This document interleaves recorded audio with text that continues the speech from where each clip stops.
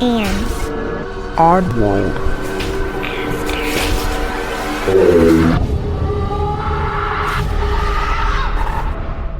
Hey oddballs, I'm your host Jensen, and welcome to episode 142. Today is going to be a throwback episode. I kind of have a lot going on in my life at the moment, which is fine. But before I get to the throwback stories, I'm going to go ahead and read from the psychic book, so at least we have something new. But I do like the old stories that I'm going to post as well. So anyhow, let's go ahead and get into the psychic book. It's Lesson time. Today's psychic lesson is Psychic Altered States of Focus. Psychic altered states of focus occur when your conscious mind is flooded with information that cannot deduce by critical reasoning. Usually, this information comes from the unconscious and/or the universal mind, and it often comes at a time when you are least expecting it. Knowing what is going on within yourself is the key to being in tune with these altered states. Everyone enters into one or more kinds of psychic altered states. Some have a great deal of meaning, while others seem to be there just to verify that you are capable of experiencing something unexplainable. Perhaps you have experienced knowing when the telephone was going to ring or thought of a song just before it played on the radio. It's weird because, like I've said before, this little breakdown of the psychic mind, it's really interesting. It happens in everyday life, and it's not because I'm a psychic or whatever. I mean, I don't know, maybe I am. But just applying these to everyday life, I can see a lot of these trends and stuff that just kind of happen. And so it's really interesting. And I don't know, I'm thoroughly enjoying this, and I hope you guys are too. But let's go ahead and get on into stories. I will not be giving my little assessment of them just because this is a throwback one. So just little reminder, little heads up there, and here we go. This comes from an anonymous writer. I have a few small stories of the paranormal, but my craziest, scariest one is something I think back on often. I can't help but wonder if a person I was taking care of was possessed. The story takes place when I was in college. I'm working a night job as a caregiver. I was helping a young adult with typical living needs like cooking, cleaning, and assisting with mobility. They brought up religion often, and I would entertain the conversations as I was open to believing in a higher power, having been raised in a religious home. The conversations would sometimes feel off, though. I never felt comfortable around this person, even though they hadn't done or said anything in particular. I've always been a very accepting and easygoing person, so most of the people I took care of took to me easily. This person was different. She would seem to like me and then play tricks on me, or be exceptionally mean. She would do things to make me uncomfortable, like suddenly deciding to put on layers of clothing while turning the air down as cold as it could go, refusing to change it, even though it was summer and I was in shorts. She would hide things or kitchen gadgets that aided in food prep to make the cooking more difficult. I excused it as her way of exercising some sort of control in her life when she didn't have much otherwise. I was allowed to sleep on my shift and began having nightmares, which is unusual for me.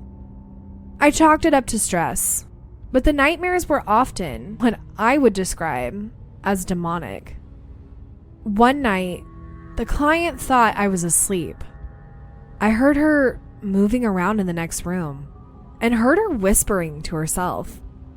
Then, the whispering turned into two voices that were deep and gravelly, and definitely not hers. This was the early 2000s, before cell phones with much internet to speak of, and there were no other devices in the room capable of making that sound. The first voice said, "She's a threat to us," and the second agreed and said, "We have to get rid of her." I could only assume they were talking about me. My blood ran cold, and I did the only thing I could think to do. I prayed. The voices stopped, and not long after that, she decided to move away. I will never forget those voices, though.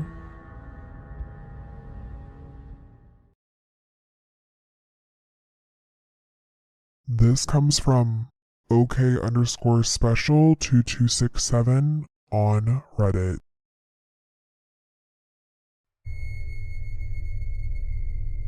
When I was 10 to 12, 1992 to 1994, myself along with my brother, mother, and aunt all moved into a nice house on the south side of St. Louis, Missouri. It was your basic layout, with houses 20 feet apart and built in the 40s and 50s. It was a nice 4-bedroom home, and I remember my mom saying how cheap it was. Immediately after moving in, all this weird stuff started happening. Everything from door slamming, footsteps up the stairs when no one was up there, the TV would change channels by itself, the annoying stuff. But nothing my 10-year-old self couldn't get used to. After a few months, we noticed things were getting weirder. The sinks in the basement used to spew black goo out of the drains. And that same goo would run down the walls throughout the house. What made it worse is it smelled of sulfur. The basement was a scary place. I never felt right being down there. My brother, who is 2 years older than me, would beg me to sleep in his room with him because he would say something keeps waking him up every night at 3:04 a.m. and it scared him. Now, my brother normally wanted to do nothing with me. We were always fighting and making fun of each other. So for him to ask me this was a pretty big ordeal. I remember one night we sat up all night waiting for 3:04 a.m. and nothing happened. Maybe I don't remember, or because we were awake and it didn't show itself. Also, in the backyard, I remember the soil looked silver. I still have no idea why or how it was this color, but my brother used to say it was ground up tombstones. So many different crazy things happened in this house that I could go on forever about. Eventually, one day I was walking home from school, and when I got home, my mom was waiting outside in the car with all of our belongings and trash bags. She told me to get in the car and that we were moving right now. Whatever happened to her, she never said. Over the years, she has told me things like her and my aunt covered up the downstairs with flour and immediately they saw footprints. The remote control came off of the table into the air and was thrown at her and hit her in the face. My bed once flung up across my room, and my toys were all over the upstairs when I wouldn't be home. And I would have to explain to her I always put them back before I left, so I didn't throw them around. After we moved out and moved in with my grandma, I never experienced anything since. A few years ago, I was up in the city around my old neighborhood and drove down that street, and to my surprise, the house was gone. But there was a concrete slab where the house used to be. I often wonder what happened to it. I personally think it was probably like the end of Poltergeist, and it got sucked into another dimension or something. I wish I had the resources to look into what happened, but I've never been able to find any public records of the demolition. Most people just think I'm crazy when I tell them all of this, but I know it wasn't just my childhood imagination. Especially since everyone in the house witnessed all of the same experiences.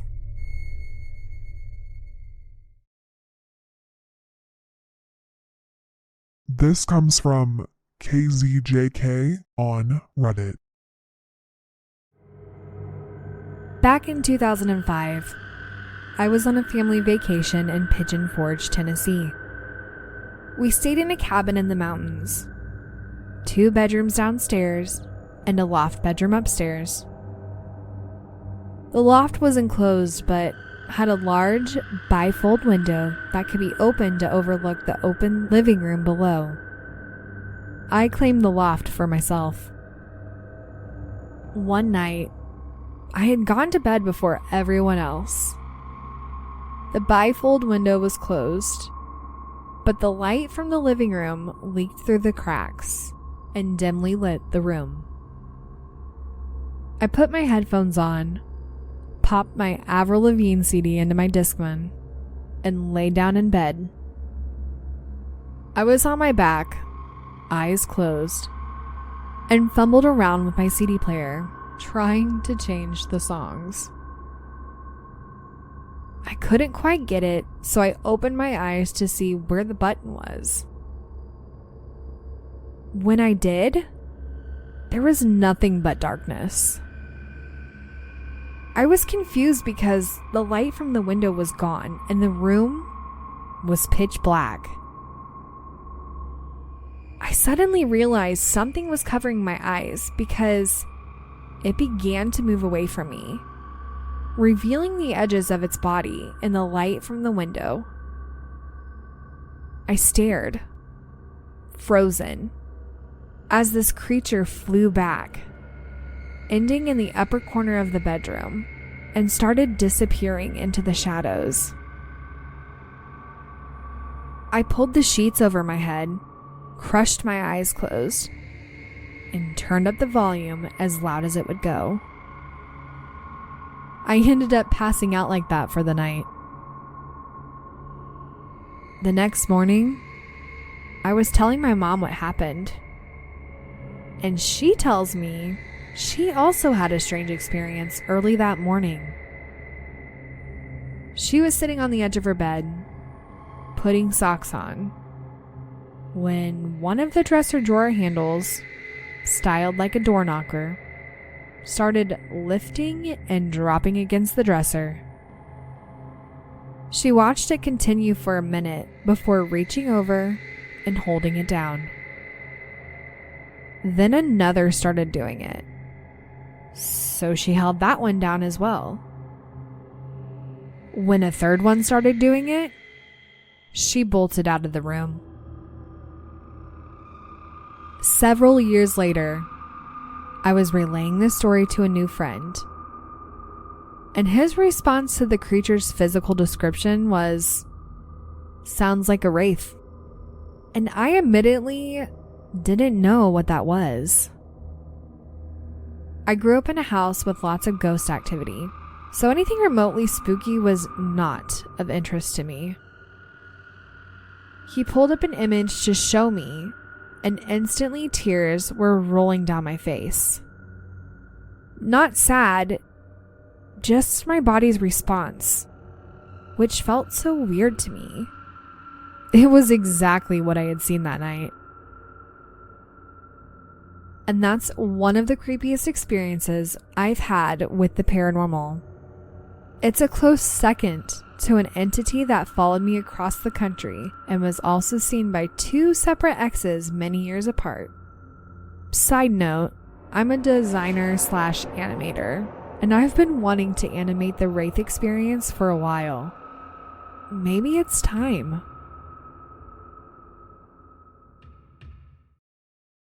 This comes from excellent_cut7573 on Reddit.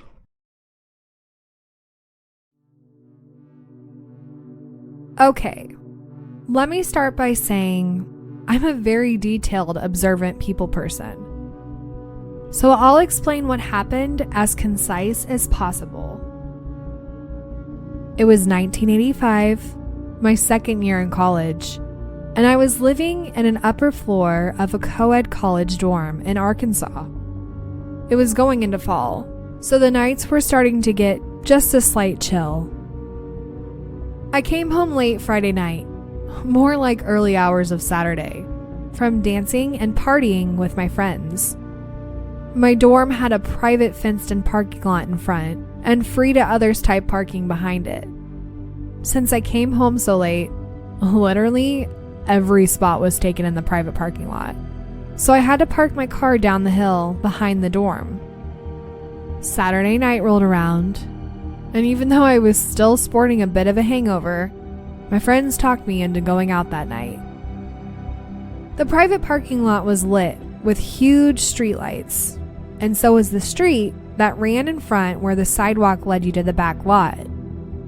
I took off through the parking lot and stepped onto the sidewalk and noticed a couple arm in arm walking my way. I didn't think anything of it, other than I was going to have to step aside and let them by as I made my way past. Both were dressed like they had been out having fun. As I reached them and made eye contact in somewhat dimmer light, he looked at me. His eyes were red. I don't mean the whites of his eyes. Like, his whole freaking eye glowed red. I don't want to sound nuts, but it was like they were animal eyes, reflecting in a spotlight at night. A glow. Then she glanced my way as I was passing, and her eyes were exactly the same. A solid red glow. It freaked me out bad.